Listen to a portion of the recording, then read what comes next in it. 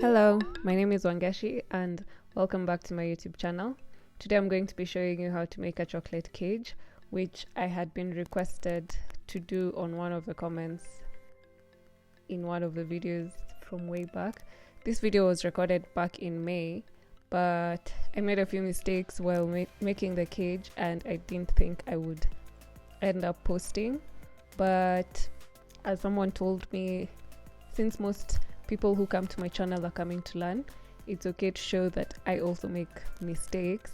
So I decided to finally edit the video, and although I did make a couple of mistakes while working on this cake, I did end up showing how to do the cage without the mistakes. That's the day after making this video. So I'm layering a vanilla cake with a red velvet cake because that's what I wanted to make for my friend, and I'm also using vanilla buttercream for my crumb coat and the final coats that I do. For those who keep asking me why I always use two boards, usually there's no big reason, but my biggest reason for me is usually I like to add a bit of height on my cake, and also when I'm adding my cream, I like to do three coats rather, instead of two. So if I've trimmed my cake where I have the board, I can always tell if I've put way too much or way too little because of the amount of space that will be left between the board and the cake. So yeah, but my biggest reason is usually to add just a bit of height on my cake because I don't always end up trimming my cakes, but I will always want that little bit of extra height on my cake.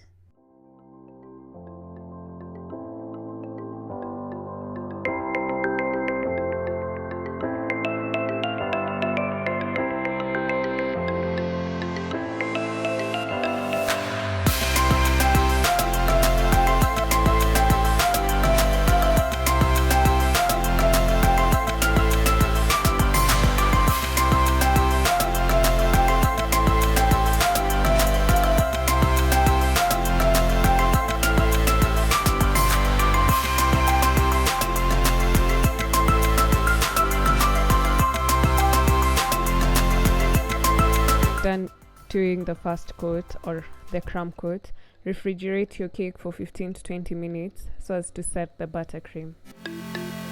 The cake has set, apply a thin coat of the second coat if you're going to do 3 coats, but if you're only doing 2 coats, for this second one you can do a thick layer and just smooth it out.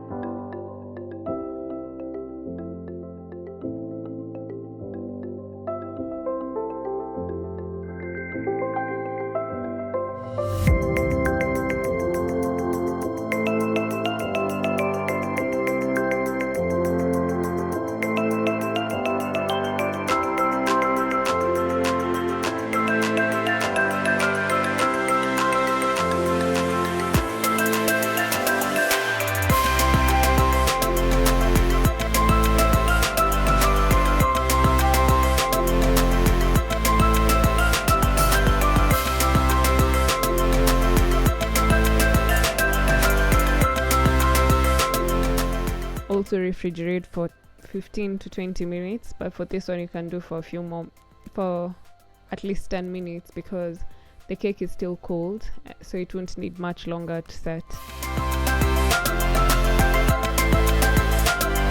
If you're adding a third coat, proceed after the cake has set.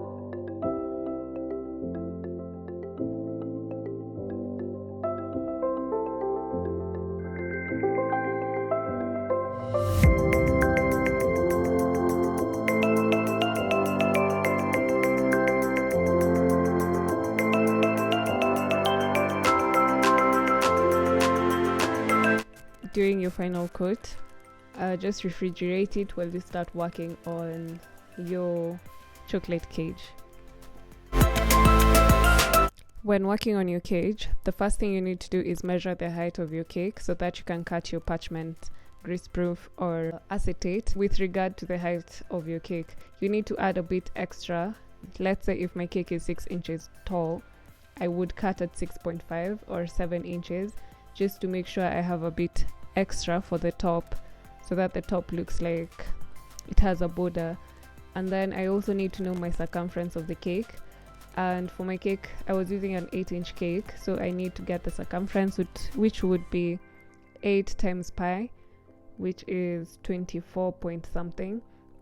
And then you need to add a little bit extra so as to accommodate for the amount of buttercream that you've added. So in my case, I think I cut at either 25 inches or 26 inches.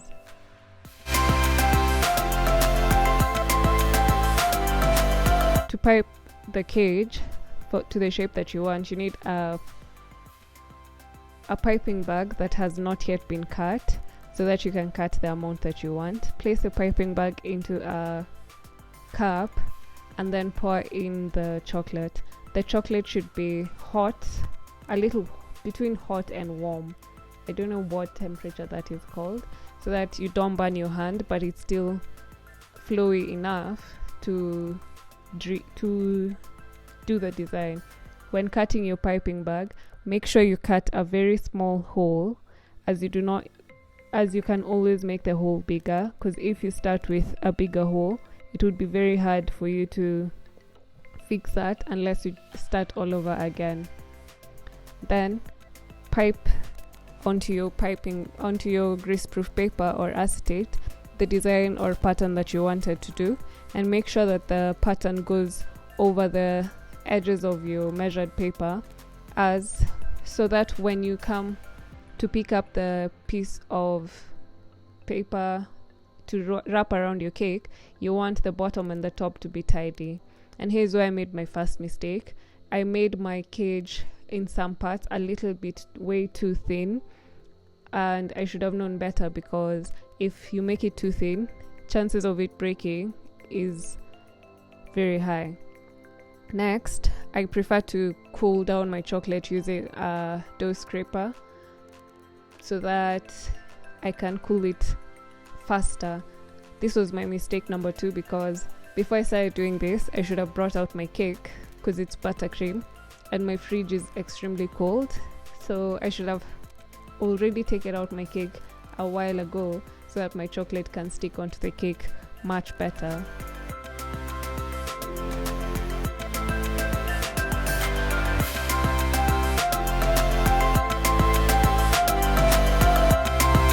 The next thing you need to do is check to see if your chocolate is drying, but it should not be dry completely. The paper should still be able to fold and move. This is where I made my third mistake, I think, because the chocolate by this point is the temperature or cooled enough to wrap around the cake, but I still haven't gotten my cake out of the fridge, and by the time I get the cake out of the fridge, my chocolate has dried further.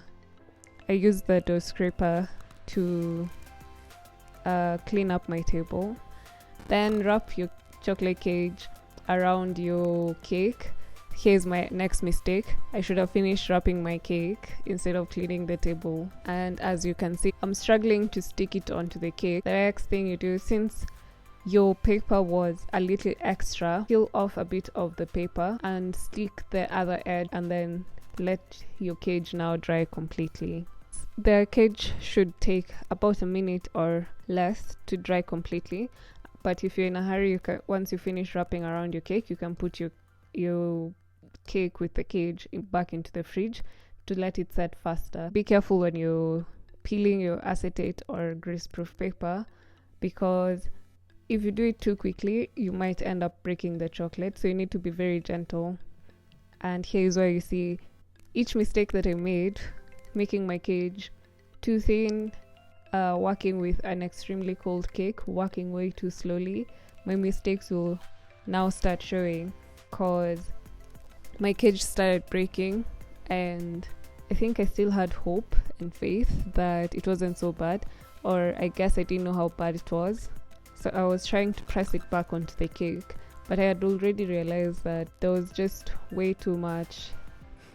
The chocolate hadn't stuck onto the cake, so there was basically not much I could do but try to be gentle.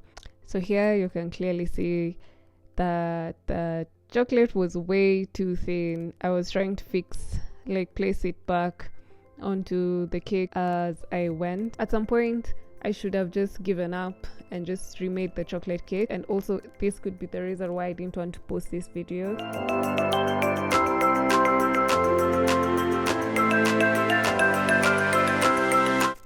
I made some chocolate shavings just by grating the dark chocolate, which I used to garnish my top.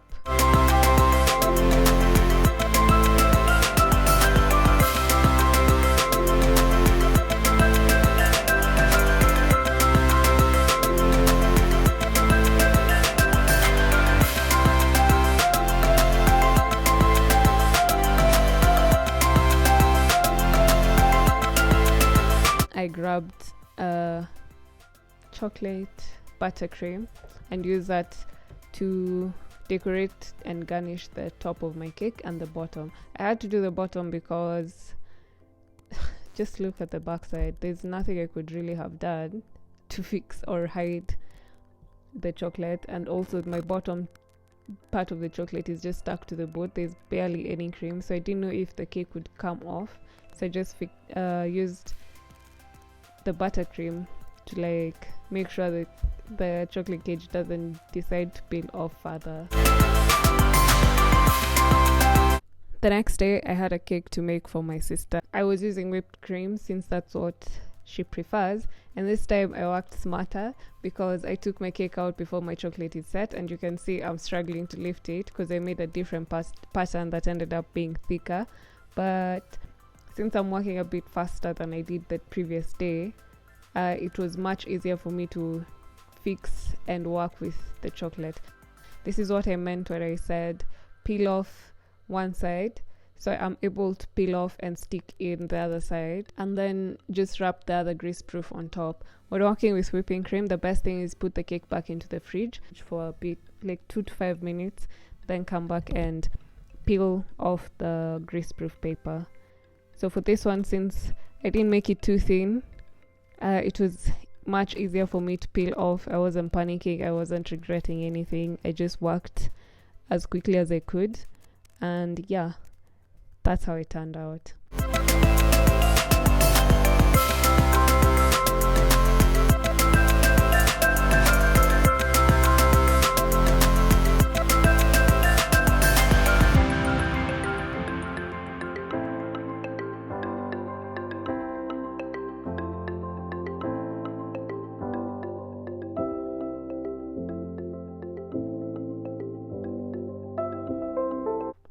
So thank you so much for watching.